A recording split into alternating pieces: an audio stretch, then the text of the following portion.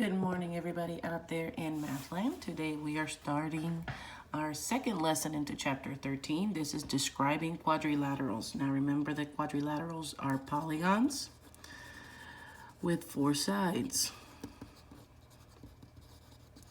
They also have four angles and they have four vertices. Vertices is where the two corners meet, and angles is the space in between those two sides.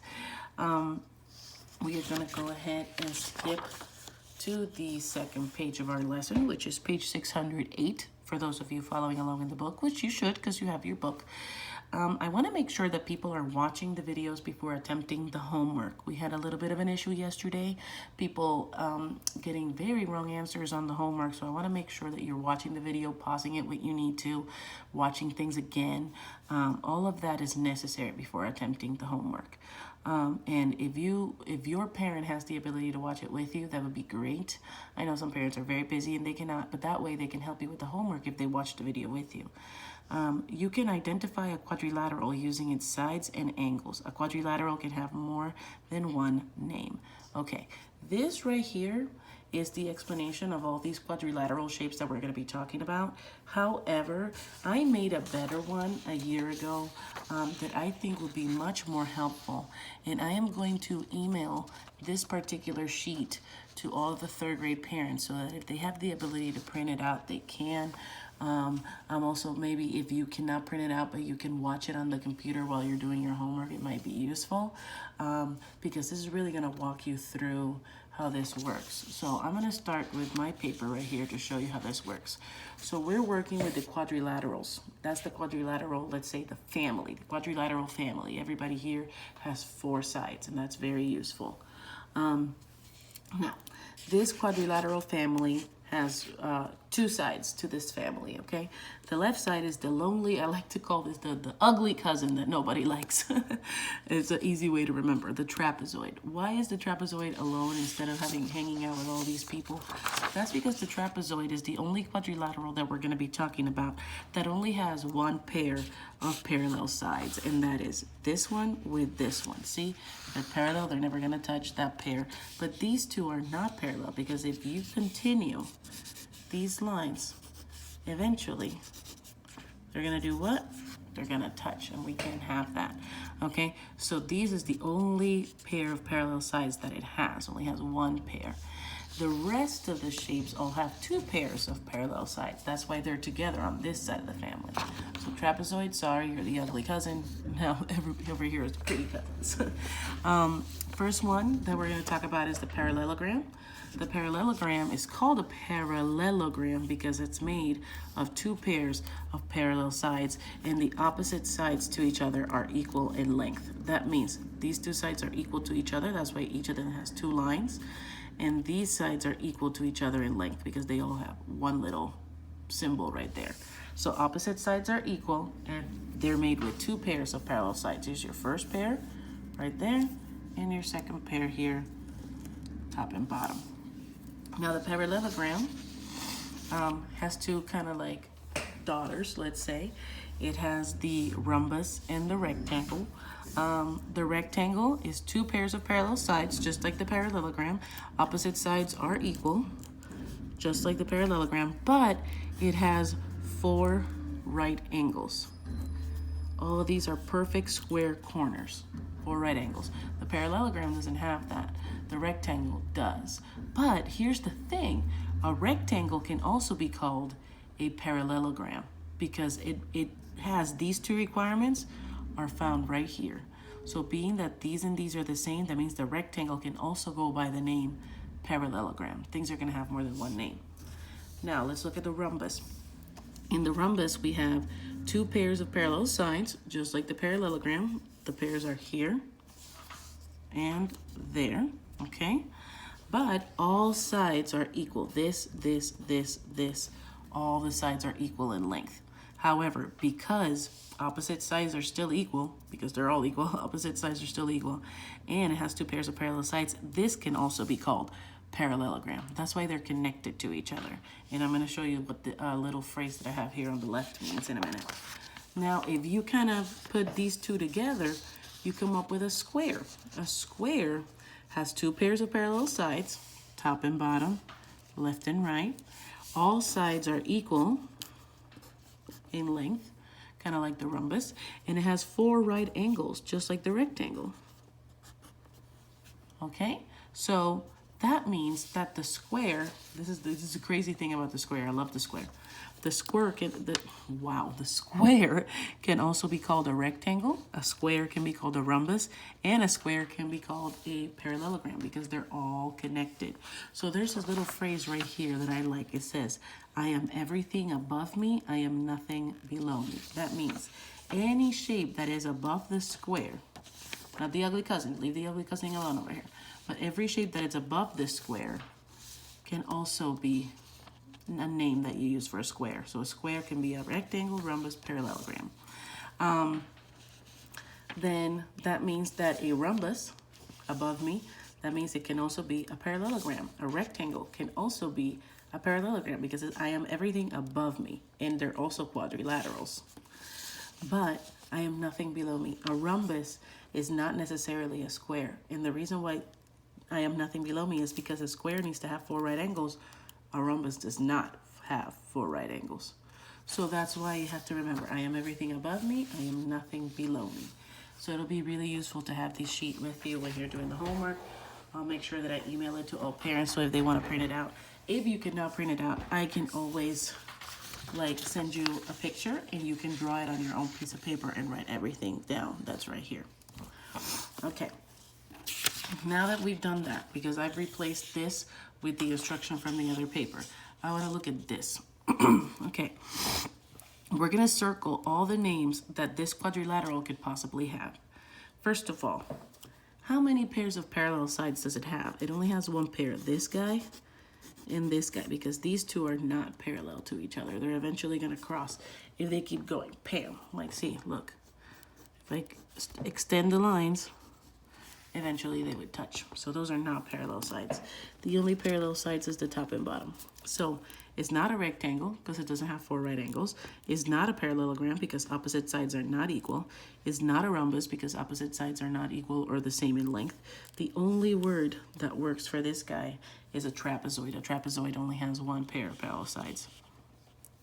Now this guy, right off the bat, you know that this is a rectangle. It is not a trapezoid.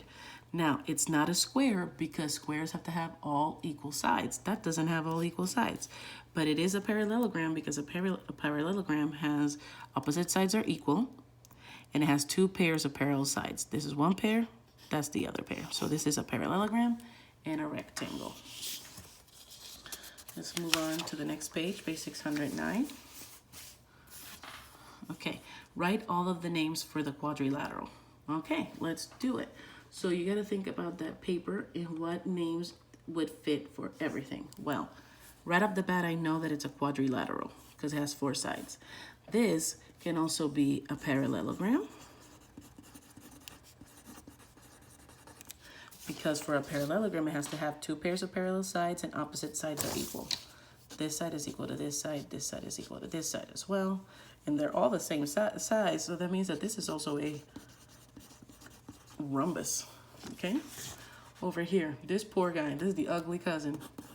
This is only a trapezoid because it only has 1 pair of parallel sides. These 2 are not parallel because eventually they would do what? They would meet. So no. Over here, name all the quadrilaterals that can have the given attribute. These things here, these descriptions are called attributes. It's like the characteristics. It's like what describes them, okay? The description. So give all the names of the quadrilaterals that can have 2 pairs of parallel sides. That means everybody on this side of the family, not him. He only has 1 pair of parallel sides. All of these have 2 pairs. So it can be a parallelogram. It can be a rectangle.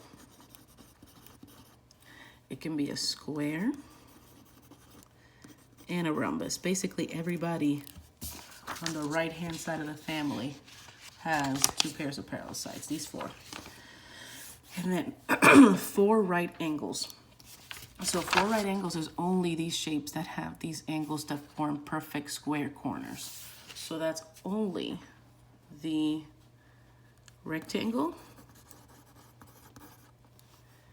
and a square. Now, it says here, here's the little tricky part. It does say that name all the quadrilaterals that can have that given attribute. Well, being that a square can also be a rectangle, can also be a rhombus, and can also be a parallelogram, that means that it is possible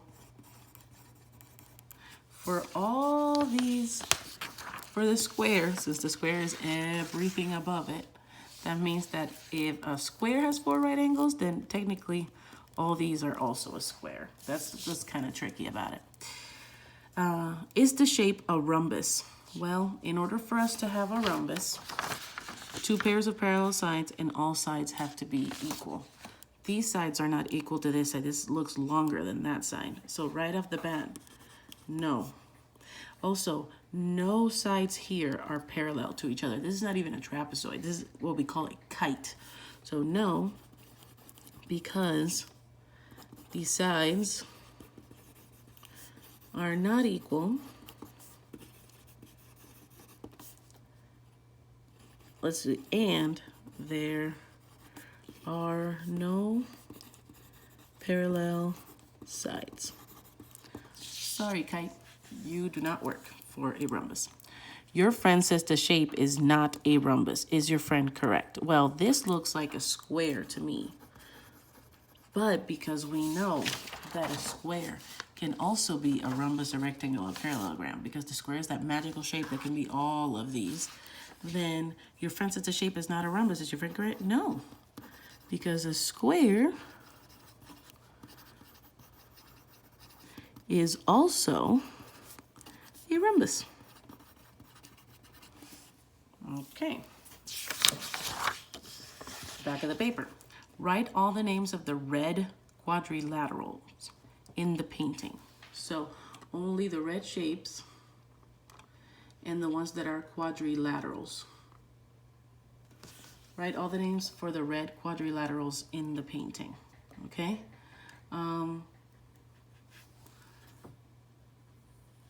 Right here, this is red, this is red, this is red, and this is red. Now, let's see. That is not a quadrilateral because it only has 3 sides. That's a triangle, so that cannot be it. This also only has 3 sides. Sorry, that cannot be it. This one, even though it looks like a trapezoid, it actually has 1, 2, 3, 4, 5 sides. So no, this is the only one that qualifies as a quadrilateral because it has 1, 2, 3, 4 sides. The names are a rectangle, and because a rectangle is also everything above it is also a parallelogram.